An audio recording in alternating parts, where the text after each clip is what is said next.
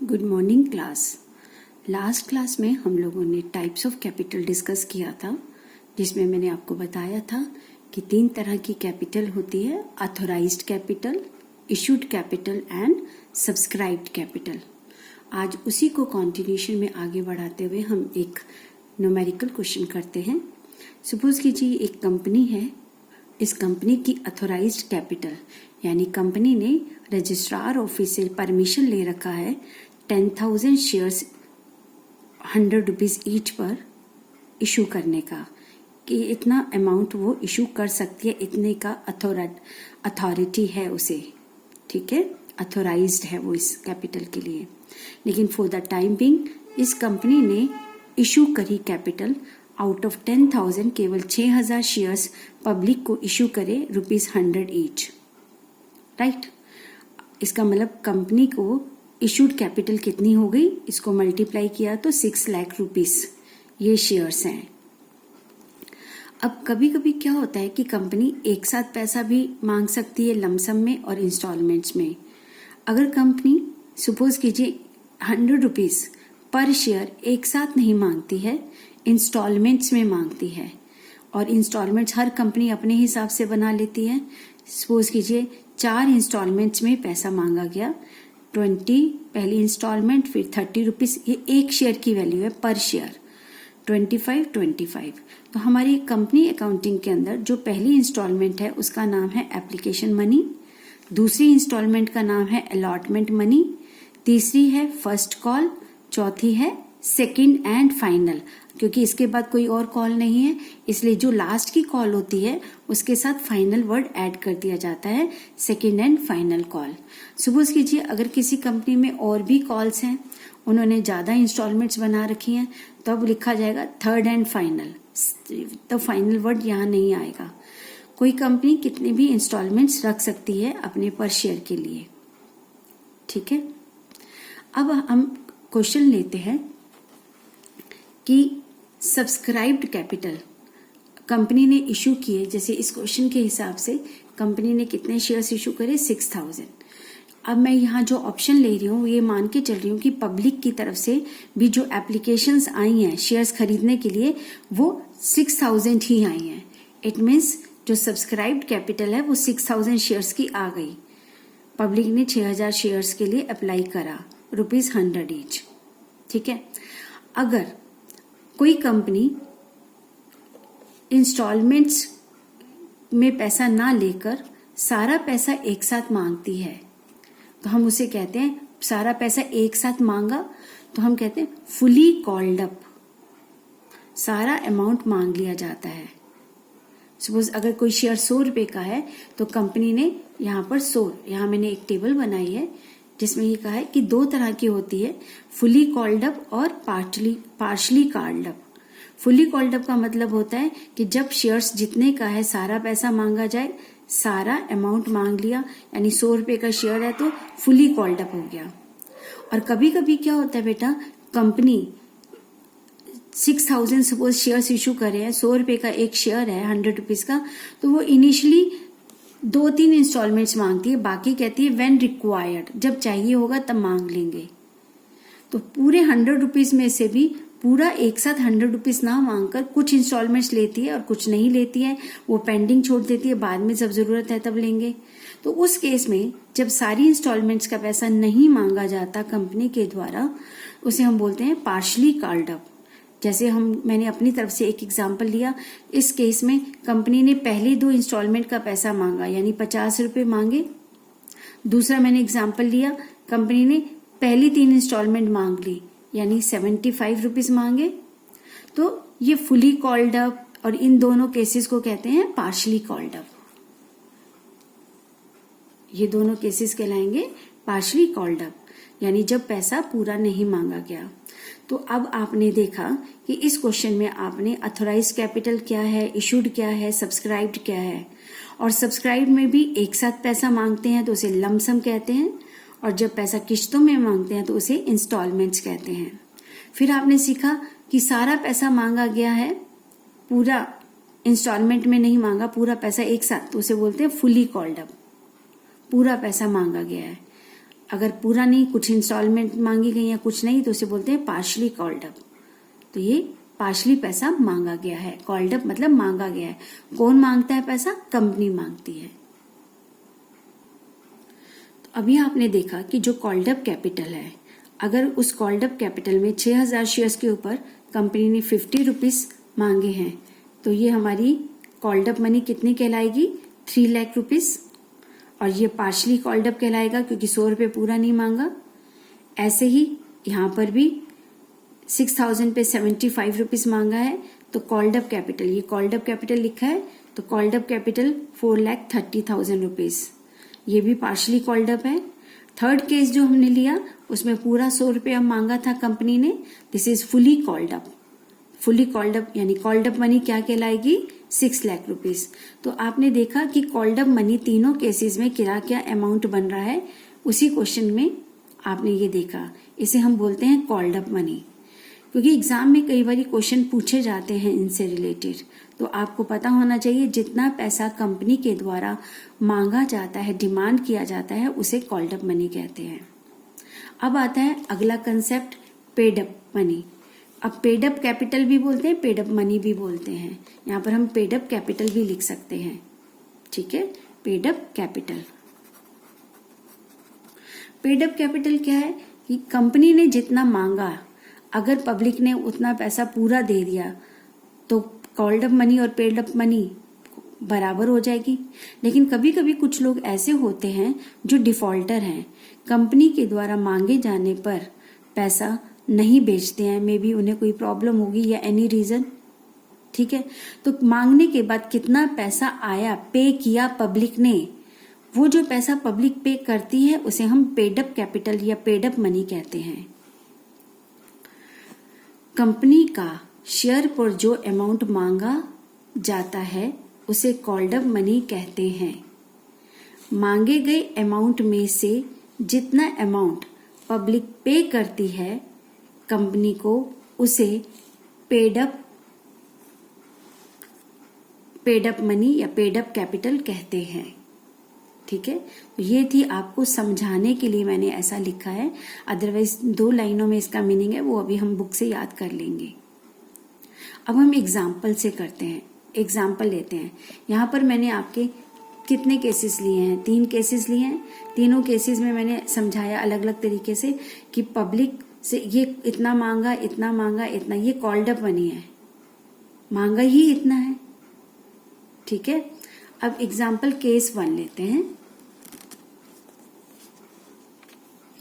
Case 1 में company ने 6000 share पर ₹50 मांगा, लेकिन क्या हुआ, 20 शेयर होल्डर्स ऐसे थे जिन्होंने पूरा कॉल्ड अप मनी नहीं दिया। कंपनी ने कितना मांगा है? 600 के ऊपर 50 रुपए के हिसाब से, यानी 600 के ऊपर 50 रुपए पर शेयर के हिसाब से देंगे। लेकिन 20 शेयर होल्डर जिनके पास 20 शेयर्स थे, उन्होंने पूरा कॉल्ड अप जितना मांगा है नहीं दिया, उन्होंने केवल ₹30 पर शेयर पे किया, सिर्फ 30 रुपीज पर शेयर ही पे किया, यानी 20 रुपए नहीं दिया 50 पैसे। अब इसको कैसे समझना है? इसको समझने के लिए आपको पता है कि सब्सक्राइब्ड कैपिटल वो कैपिटल है जिसके लिए पब्लिक सब्सक्राइब करती है, शेयर्स को लेती है। तो यहाँ पर सब्सक्राइब्ड कैपिटल 6000 शेयर्स थी। हम सब्सक्राइब्ड कैपिटल को 2 कैटेगरीज में डिस्कस करते हैं। पहला subscribed and fully paid up, दूसरा subscribed but not fully paid up. अब इस क्वेश्चन में तो कंपनी ने पूरा पैसा मांगा ही नहीं है, तो इसमें तो कोई भी नहीं आएगा। एंड फुली पेड अप, पूरा पैसा दे दिया, तो पूरा पैसा देने वाले तो तब होंगे जब पूरा मांगा गया होगा, तो पूरा मांगा ही नहीं गया। इसका मतलब 6000 शेयर्स पर subscribe but not fully paid up, यानी ये पार्शली पेड अप वाली कैटेगरी है। 6000 पर 50 रुपए मांगा गया, पूरा पैसा मांगा ही नहीं गया, तो इस कॉलम में दिखाया जाएगा।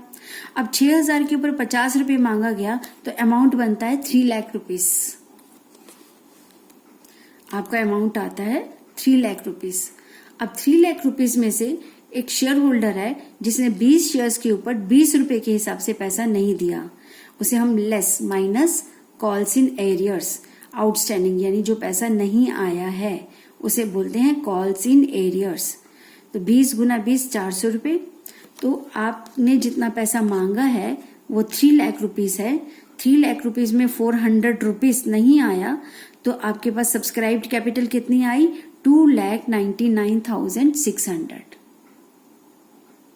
ठीक है, तो ये हमारा था केस 1, जिसमें हमने देखा कि टोटल सब्सक्राइब्ड कैपिटल में 2 कैटेगरियां हैं, subscribed fully paid up and subscribed not fully paid up. तो जब पूरा पैसा मांगा जाएगा तो फुली पेड अप में आएगा, otherwise not fully paid up में आएगा। नॉट फुली पेड अप में जितना मांगा गया है उसमें से जितना नहीं आया है वो माइनस करके बाकी का अमाउंट सब्सक्राइब्ड कैपिटल का हो जाता है। अब देखते हैं केस नंबर 2। केस नंबर 2 में जो कॉल्ड अप कैपिटल थी, अगर आपको याद होगा तो 6,000 पर 75 रुपीज कंपनी ने मांगा, यानी 4,30,000 रुपीज कॉल्ड अप कैपिटल है। अब मैंने इस क्वेश्चन में लिया कि 100 शेयर होल्डर्स ने ₹25 पर शेयर नहीं दिया।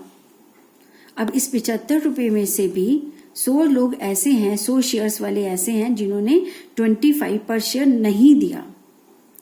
अब कंपनी ने इस केस में भी 100 रुपए पूरा नहीं मांगा है। ठीक है, तो हमारा chart subscribed capital, subscribed and fully paid up तो है ही नहीं क्योंकि मांगा ही नहीं है।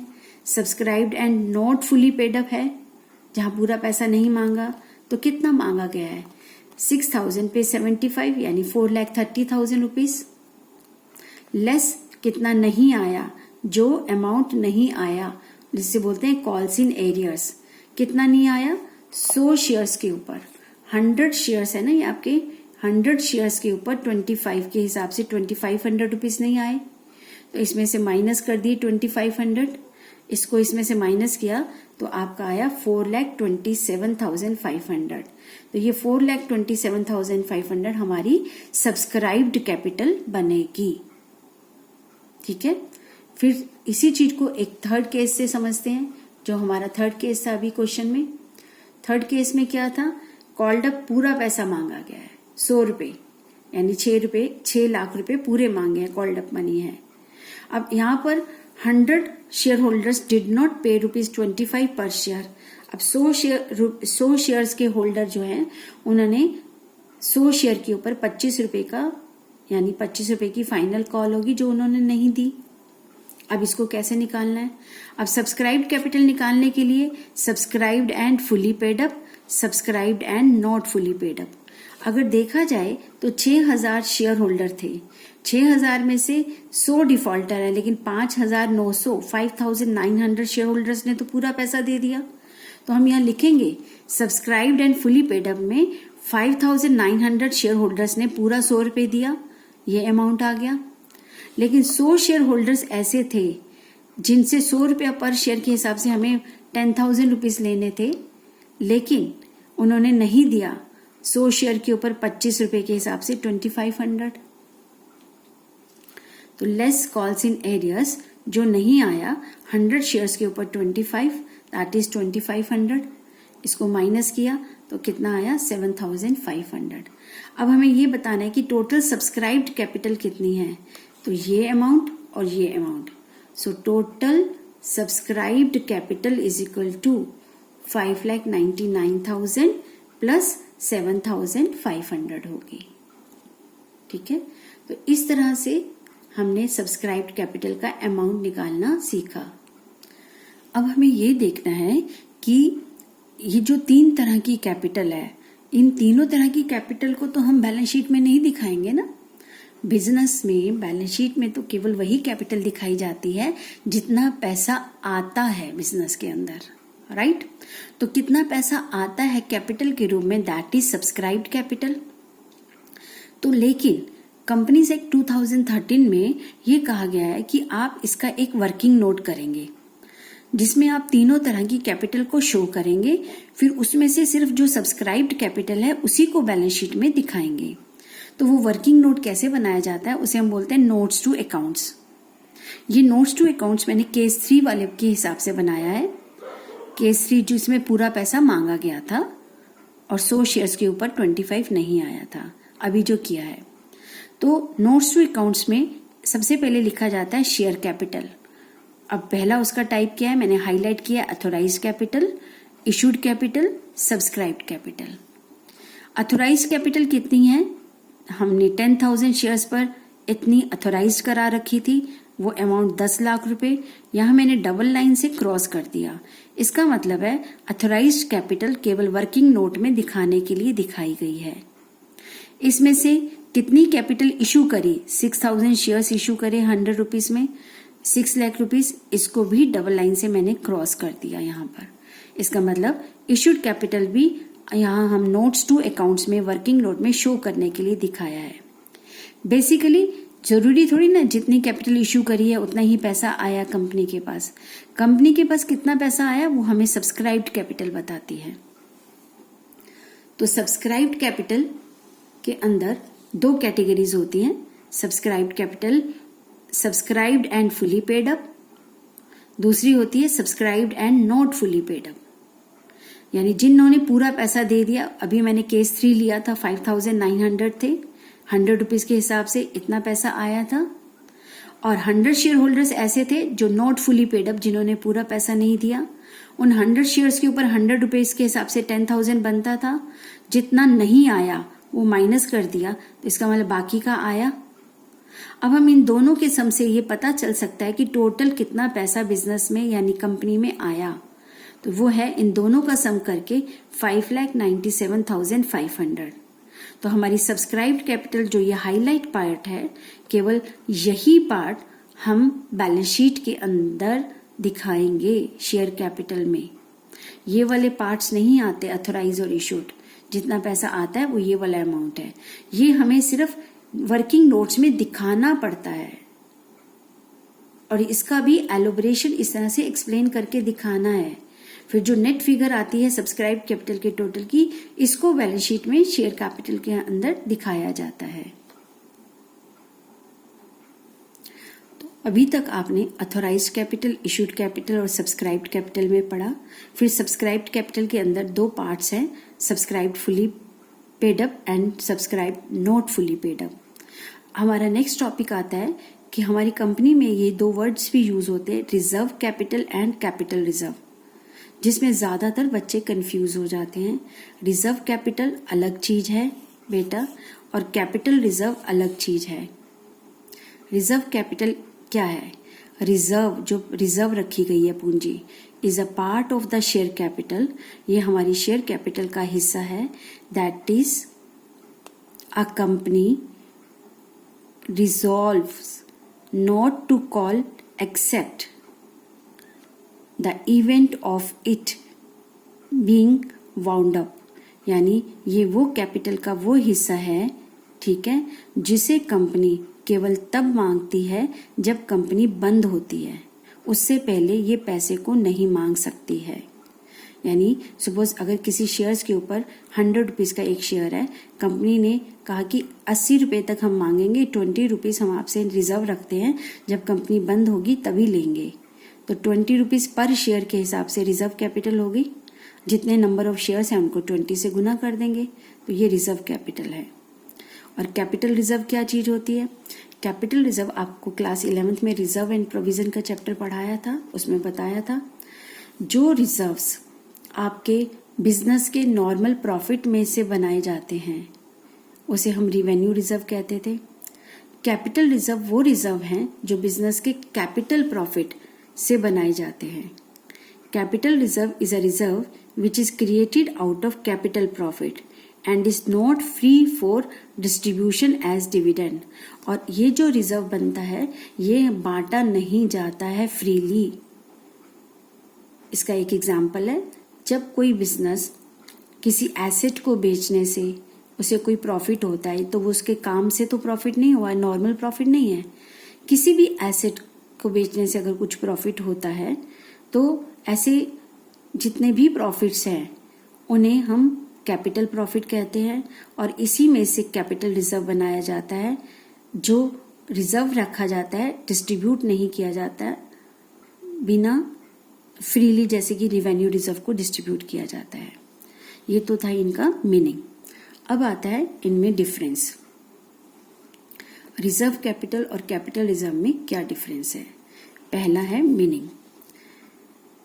Reserve capital, it is that part of the uncalled capital, जो पैसा हमने नहीं मांगा है। अभी मैंने आपको लास्ट में समझाया था ना, कॉल्ड अप कैपिटल क्या है। 100 में से जितना मांगा वो कॉल्ड अप है, जितना नहीं मांगा वो अनकॉल्ड है। तो it is a part of the uncalled capital which can be called up accept in the event of winding up. ये केवल तभी मांगा जा सकता है जब कंपनी बंद होती है, तो इसे हम रिजर्व कैपिटल कहते हैं। जबकि कैपिटल रिजर्व तो प्रॉफिट में से बनाया जाता है, रिजर्व है, गुल्लक है ये हमारी। It is the part of the reserve which is not free for the distribution as dividend. इसमें आपको यहाँ पर ये भी लिखना चाहिए, it is created out of capital profit, और ये डिस्ट्रीब्यूट नहीं होता है। Creation, it is an uncalled capital, जो पैसा नहीं मांगा गया ये उसी में से उसी का पार्ट है। It is a reserve set aside out of capital profit, और ये कैपिटल रिजर्व कैपिटल प्रॉफिट में से अलग रखकर बनाया जाता है। ठीक है, उसके बाद optional and mandatory. Reserve capital के लिए इट इज नॉट मैंडेटरी, यानी कंपलसरी नहीं है टू हैव रिजर्व कैपिटल, कि कंपनी अपने बिजनेस में रिजर्व कैपिटल रखे, वो कंपनी की मर्जी है। बट ठीक है, it is appropriate to transfer capital profit to capital reserve।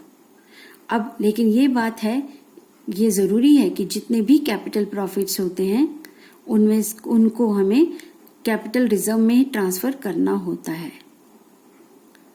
ठीक है, रेजोल्यूशन यानी प्रस्ताव पारित करना।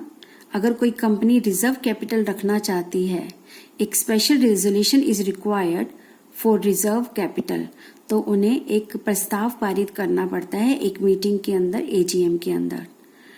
यहाँ पर अगर कोई कैपिटल रिजर्व बनाना है, no resolution is required for capital reserve, कोई प्रस्ताव पारित नहीं करना पड़ता मीटिंग में।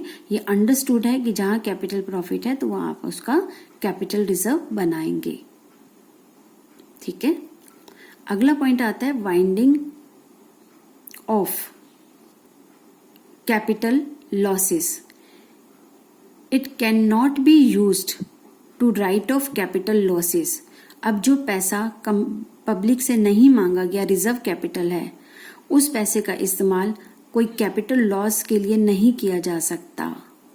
लेकिन जो कैपिटल रिजर्व है, it can be used to write off, खत्म करने के लिए कैपिटल लॉसेस को इस्तेमाल में लाया जा सकता है। नेक्स्ट लास्ट पॉइंट है डिस्क्लोजर। डिस्क्लोजर का मतलब होता है बताना। Reserve capital is not disclose that is shown in